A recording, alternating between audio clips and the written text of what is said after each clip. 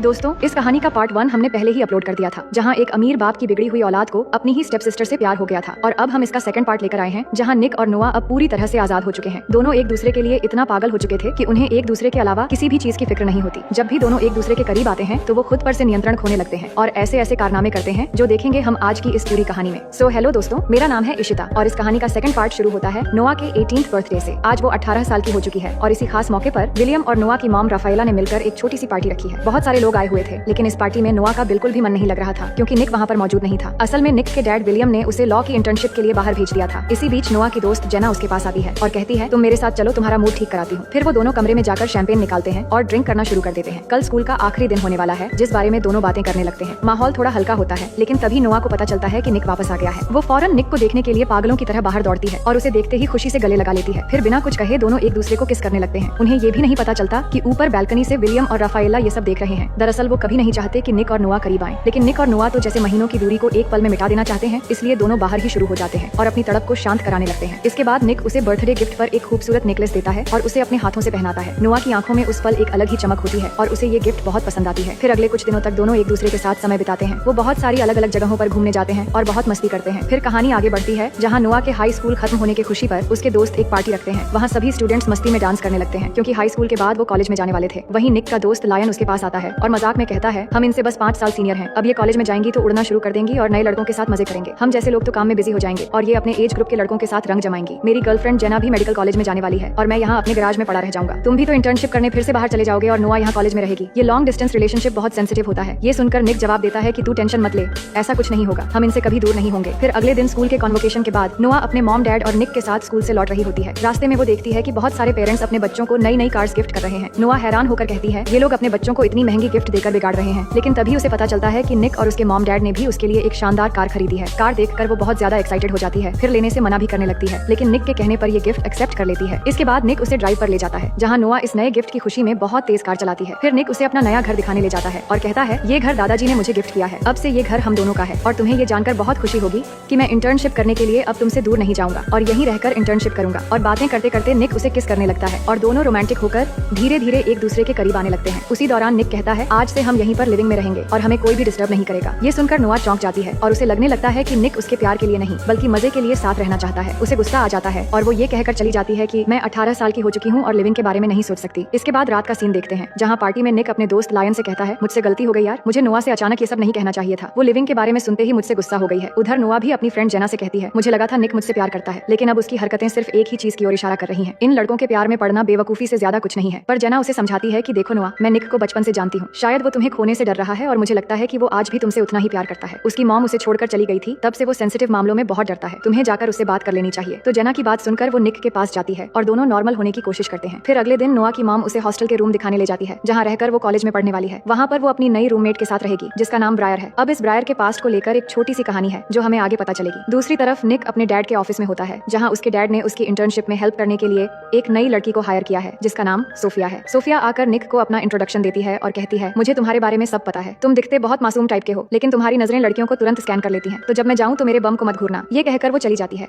इसके बाद हम नोआ और उसकी मॉम को देखते हैं, जहाँ नोआ की मॉम उसे निक के साथ एक तस्वीर दिखाती है और सीधा सवाल करती है कि तुम दोनों के बीच चल क्या रहा है। तुम्हें अंदाजा भी है कि ये तस्वीर अगर न्यूज में आ जाती तो क्या हो सकता था। तुम्हें ये सब छोड़ना पड़ेगा, नहीं तो लोग यही बोलने लग जाएंगे कि माँ बेटी पैसों के पीछे कितनी गिर चुकी है। लेकिन नोआ एक बात भी नहीं सुनना चाहती। वो जवाब देती है कि हम एक दूसरे से प्यार करते हैं। मैं 18 साल की हो चुकी हूँ और लोग क्या कहते हैं इससे मुझे कोई फर्क नहीं पड़ता। इसके बाद नोआ वापस अपने हॉस्टल में जाती है, लेकिन वहाँ पहुंचते ही देखती है कि यहाँ तो पार्टी चल रही है। मगर ब्रायर नोआ को देखते ही सबको वहाँ से निकलने को कहती है और नोआ को लेकर रूम में जाती है। नोआ का मूड ऑफ देखकर वो उसे रिलैक्स करने की कोशिश करती है और कहती है कि तुम तो 7 दिन बाद आने वाली थी। तो नोआ कहती है कि कुछ भी अच्छा नहीं लग रहा था, इसलिए जल्दी आ गई। फिर ब्रायर बताती है कि मैं भी कभी किसी से प्यार करती थी, लेकिन उसने धोखा दे दिया और अब मैं अकेली ही खुश हूँ। तभी वहाँ माइकल नाम का एक लड़का आता है जो अपनी जैकेट लेने आया था। तो ब्रायर नोआ को उससे मिलवाती है और कहती है कि ये हमारे सामने वाले फ्लैट में रहता है और बहुत ही अच्छा लड़का है। दूसरी तरफ विलियम राफाएला को कॉल करके कहता है, तुम्हारा आइडिया तो काम कर गया। ऑफिस में दोनों के बीच में अच्छी केमिस्ट्री नजर आ रही है। असल में नोआ और निक के बीच दूरी लाने के लिए सोफिया को नौकरी पर रखा गया था और ये सब नोआ की मॉम की प्लानिंग थी। इसके बाद हम देखते हैं कि निक और नोआ निक की बहन मैगी से मिलने जाते हैं और तीनों मिलकर बहुत मस्ती करते हैं। कुछ समय साथ बिताने बुलाने के बाद जब वो वापस जाने लगते हैं तभी वहाँ निक की असली मॉम क्लॉडिया आ जाती है। पर निक अपनी मॉम से अब कोई रिश्ता नहीं रखना चाहता था क्योंकि उन्होंने उसे 10 साल पहले ही छोड़ दिया था। इसलिए वो एक पल भी वहाँ नहीं रुकता और बिना कोई जवाब दिए नोआ को लेकर चला आता है। घर लौटते ही वो बिल्कुल उदास हो जाता है और नोआ से कहता है कि 10 साल तक उन्हें मेरी याद नहीं आई तो अब मुझसे मिलने क्यों आई है। निक को उदास देखकर नोआ उसे शांत कराने की कोशिश करती है और उसे प्यार से किस करने लगती है। फिर निक उसे अंदर कमरे में ले जाता है और दोनों एक दूसरे को बहुत सारा प्यार करने लगते हैं। नोआ भी इस पल को पूरी तरह महसूस करती है। इसके बाद नोआ निक को अपने हॉस्टल अपार्टमेंट में लेकर जाती है, जहाँ निक जैसे ही अंदर आता है तो उसकी नजर ब्रायर पर पड़ती है और वो चौंक जाता है। नोआ उसे बताती है कि ये मेरी रूममेट ब्रायर है, लेकिन निक के चेहरे पर हैरानी साफ थी क्योंकि ब्रायर उसकी एक्स गर्लफ्रेंड थी जिससे एक एक्सीडेंट के बाद वो अलग हो गया था। पर निक ज्यादा बात किए बिना बहाना बनाकर वहाँ से निकल जाता है, लेकिन गलती से अपना फोन वहीं छोड़ जाता है। इसके बाद हम निक को लायन के साथ कार में देखते हैं, जहाँ लायन कहता है कि मैं यहाँ अपने भाई के कहने पर ड्रग्स डिलीवर करने आया था, लेकिन अब डर लग रहा है। निक उसे समझाता है कि तुझे पैसे चाहिए थे तो मुझसे मांग लेता, ये सब करने की क्या जरूरत थी। मैंने नोआ से वादा किया है कि अब मैं कोई उल्टा सीधा काम नहीं करूंगा, इसलिए मैं तेरे साथ अंदर नहीं चल सकता। पर फिर भी दोस्ती निभाते हुए लायन के जाने के बाद वो भी अंदर चला जाता है। वहाँ उनका सामना रॉनी के भाई लूका से होता है, लेकिन तभी हम देखते हैं कि नोआ निक के फोन की मदद से उसी जगह पहुंच जाती है। लूका नोआ को देखकर गुस्से से भर जाता है और कहता है कि तेरी और तेरे बाप की वजह से मेरे भाई रॉनी को जेल जाना पड़ा था। तेरा बाप तो बेरहमी से मारा गया और बदकिस्मती से तू बच गई। ये सुनकर नोआ भी जवाब देने लगती है, जिससे इनके बीच लड़ाई शुरू हो जाती है। लूका के लोग तीनों को मारने की कोशिश करते हैं और बदले में वो भी लड़ाई करते हैं, लेकिन तभी पुलिस पहुंच जाती है और सबको अरेस्ट कर लेती है। इसी दौरान सोफिया केस को हैंडल करके निक और नोआ को छुड़ा लेती है। निक उसे कहता है कि प्लीज ये सब डैड को मत बताना। इसके बाद का सीन थोड़ा सुकून भरा होता है, जहाँ निक नोआ को एक प्यारी सी बिल्ली गिफ्ट करता है। फिर वो दोनों नोआ के अपार्टमेंट में आते हैं और वहाँ नोआ निक के करीब आने की कोशिश करती है। पहले निक मना करता है, लेकिन नोआ कहती है कि ब्रायर अभी बाहर गई है और हमें डिस्टर्ब करने वाला यहाँ कोई नहीं है। ये सुन के निक मान जाता है और दोनों बहुत क्लोज आ जाते हैं और एक दूसरे को प्यार करने लगते हैं। ये सब बस खत्म होने ही वाला था कि ब्रायर वहाँ आ जाती है, जिसे देखकर वो दोनों अनकंफर्टेबल हो जाते हैं और फिर निक को वहाँ से जाना पड़ता है। फिर अगली सुबह निक की मॉम क्लॉडिया नोआ से मिलने हॉस्टल में आती है। नोआ उनसे पूछती है कि वो यहाँ क्या लेने आई हैं, तो क्लॉडिया कहती हैं कि उन्हें निक के बारे में कुछ जरूरी बात करनी है, लेकिन नोआ उनसे कोई भी बात नहीं करना चाहती और उन्हें जाने को कहती है। क्लॉडिया कहती है कि निक को मदद की जरूरत है और अगर तुम सच जानना चाहती हो तो एक बार मुझे कॉल कर लेना। ये कहकर वो चली जाती है। फिर अगले दिन नोआ निक के घर डिनर पर जाती है, जहाँ वो सोफिया से मिलती है, लेकिन सोफिया को देखकर उसे बहुत जलन होती है क्योंकि निक उसके साथ इंटर्नशिप कर रहा है जो उसे पसंद नहीं है। फिर सब मिलकर साथ में डिनर करने लगते हैं, लेकिन नोआ देखती है कि निक और सोफिया एक दूसरे के काफी करीब हो रहे हैं, जो उसे बिल्कुल भी अच्छा नहीं लगता। वो गुस्से में आकर सबके सामने ये कहकर चली जाती है कि निक और वो लिविंग में रहना चाहते हैं। ये सुनकर सब हैरान रह जाते हैं, लेकिन नोआ की मॉम सिचुएशन संभालने के लिए सबको बताती है कि आज ही के दिन नोआ के डैड की मौत हुई थी और तभी से वो रातों में डरावने सपने देखती है, इसलिए कभी कभी ऐसा बर्ताव करती है। इसके बाद निक नोआ के पास जाता है और उससे माफी मांगता है कि वो आज के दिन के बारे में भूल गया था, लेकिन नोआ उस पर नाराज होती है कि तुम मुझसे झूठ बोलकर धीरे धीरे सोफिया के करीब जा रहे हो। तो निक उसे समझाता है कि मेरा और सोफिया का रिश्ता सिर्फ प्रोफेशनल है और मैं सिर्फ तुमसे प्यार करता हूँ। नोआ कहती है कि तुम्हारे डैड तो तुम्हारी शादी सोफिया से करवाना चाहते हैं, तो वो जवाब देता है कि ऐसा कुछ भी नहीं होगा, मैं ऐसा कभी नहीं होने दूंगा और तुम्हें मुझ पर भरोसा करना चाहिए। लेकिन फिर भी नोआ वहाँ से चली जाती है। इसके बाद अगले दिन नोआ क्लॉडिया से मिलने के लिए उसे घर बुलाती है। घर में कोई नहीं था तो वो उसे ड्रायर में रखे कुछ पेपर्स देखने को कहती है। नोआ जब उन फोटोज और डॉक्यूमेंट्स को देखती है तो उसे पता चलता है कि निक के डैड विलियम ने अपनी वाइफ क्लॉडिया पर झूठा इल्जाम लगाकर तलाक लिया था और निक की कस्टडी भी ले ली थी, जबकि सच्चाई ये थी कि निक के डैड पहले से ही नोआ की मॉम के साथ रिलेशन में थे। इसी बीच क्लॉडिया विलियम के रूम में जाकर उसका एक टूथब्रश चुपचाप अपने पास रख लेती है। फिर अगले दिन निक नोआ को मनाने के लिए डिनर पर ले जाता है और अपने हाथ पर बना नोआ के नाम का टैटू दिखाता है। नोआ यह देखकर खुश तो होती है, पर कहती है कि तुम्हें ये नहीं करवाना चाहिए था, ये अब हमेशा तुम्हारे साथ रहेगा। इसके बाद दोनों डांस करने लगते हैं, जिस दौरान निक बताता है कि उसे एक केस के सिलसिले में सोफिया के साथ लंदन जाना होगा। तो नोआ कहती है कि ठीक है, मुझे इस पर कोई नाराजगी नहीं है, जिसके बाद दोनों साथ में रात बिताते हैं। अगली सुबह निक और सोफिया लंदन के लिए निकल जाते हैं, जहां निक अपने दादाजी से मिलता है और ब्रायर के बारे में पूछता है। दादाजी बताते हैं कि उस हादसे के बाद ब्रायर 2 साल तक मेंटल हॉस्पिटल में थी और इसमें तुम्हारी कोई गलती नहीं थी,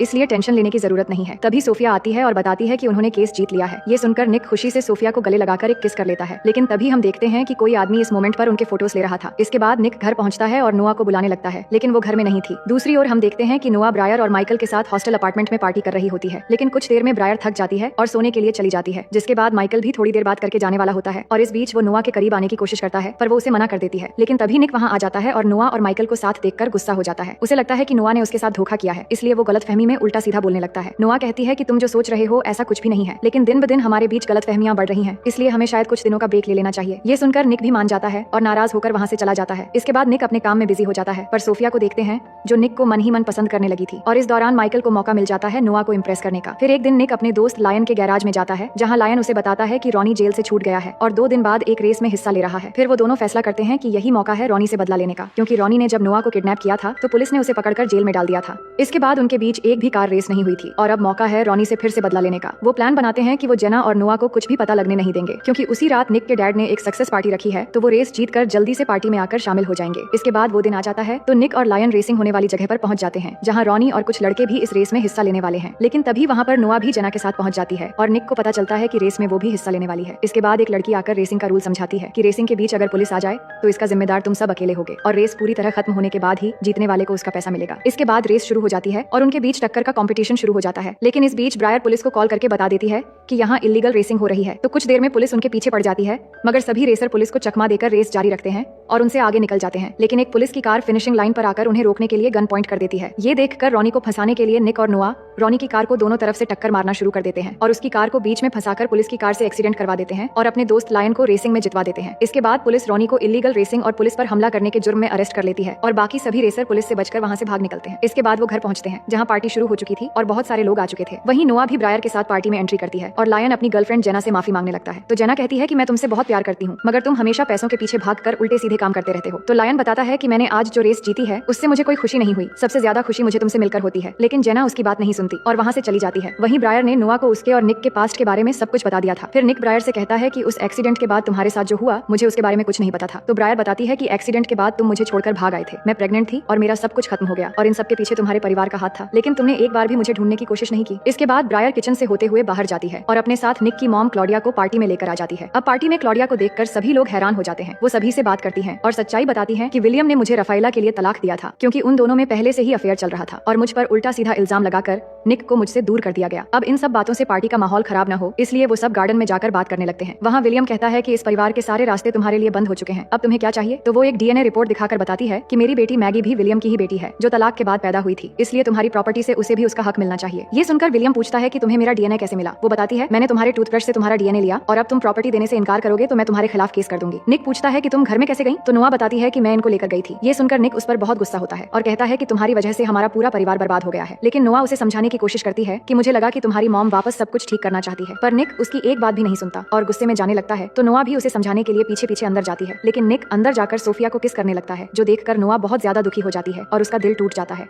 तभी नोआ के पास ब्रायर आती है और उसे सोफिया और निक के कुछ फोटोज दिखाती है और यहाँ हमें भी पता चलता है कि उस दिन निक और सोफिया की जो तस्वीरें खींची गई थी उसके पीछे ब्रायर थी और माइकल को भी उसी ने नोआ की करीब होने के लिए कहा था क्योंकि वो निक से बदला लेना चाहती थी। ये तस्वीरें देखकर नोआ और भी ज्यादा दुखी होती है और वहाँ से चली जाती है। वहीं निक कार लेकर गुस्से में कहीं जा रहा होता है तो लायन उसे समझाता है कि तुमने नोआ के साथ ऐसा करके ठीक नहीं किया और अचानक एक बात को लेकर प्यार के रिश्ते को ऐसे बर्बाद नहीं करते। ये सुनने के बाद निक को समझ आ जाता है कि उसने नोआ के साथ अच्छा नहीं किया, इसलिए वो नोआ से बात करने के लिए वापस पार्टी में जाता है। लेकिन वहाँ ब्रायर उसे बताती है कि नोआ अब तुम्हें कभी नहीं मिलेगी। इसके बाद निक नोआ को ढूंढने के लिए उसके हॉस्टल की तरफ निकल पड़ता है। वहीं नोआ हॉस्टल में पहुंचकर माइकल के कमरे में जाती है और बहाना करती है कि उसके रूम की चाबी कहीं खो गई है, पर माइकल समझ जाता है कि नोआ और निक के बीच कुछ हुआ है। इसी दौरान निक नोआ को बार बार मैसेज कर रहा था, लेकिन नोआ को पता चलने से पहले माइकल उसका फोन ऑफ कर देता है, जिसके बाद निक पर गुस्सा करके जिद में आकर नोआ माइकल के साथ इंटीमेट हो जाती है और माइकल भी इस मोमेंट का भरपूर फायदा उठाता है। अब ये सब कुछ होने के बाद हम नोआ को देखते हैं जो बहुत दुखी थी। इसके बाद माइकल नोआ के लिए कॉफी बनाकर लाता है, लेकिन नोआ मना करके बाहर आ जाती है। बाहर पहले से ही निक हॉस्टल के सामने बारिश में बैठकर उसका इंतजार कर रहा था, लेकिन उसे देखकर भी वो कुछ नहीं कहती और उसके सामने से गुजरते हुए वहाँ से चली जाती है। ये सब देखकर निक भी समझ जाता है कि नोआ किस हालत में माइकल के रूम से बाहर आई है, यानी कि अब उनके बीच सब कुछ खत्म हो चुका है। जिसके बाद निक भी अपनी गाड़ी लेकर वहाँ से चला जाता है। अब कहानी के आखिर में हम देखते हैं कि नोआ अपने डैड की कब्र पर जाती है और दुखी होकर अपने डैड को हमेशा के लिए गुड बाय कहती है, लेकिन तभी उसे वहाँ कुछ लिखा हुआ नजर आता है जो असल में निक ने लिखा था कि निक हमेशा नोआ के साथ रहेगा। इसे पढ़कर नोआ बहुत ही इमोशनल हो जाती है। अब यहाँ ऐसा लग रहा था कि उनके बीच सब कुछ खत्म हो गया है, लेकिन इस कहानी के अगले पार्ट में क्या होगा ये हमारे लिए एक सस्पेंस रह जाता है और इसी सस्पेंस के साथ ये कहानी यहीं पर खत्म हो जाती है। तो दोस्तों मैं उम्मीद करती हूँ कि ये कहानी आपको बेहद पसंद आई होगी और अगर आप हमारे चैनल में पहली बार आए हैं तो वीडियो को लाइक करके चैनल को सब्सक्राइब करें।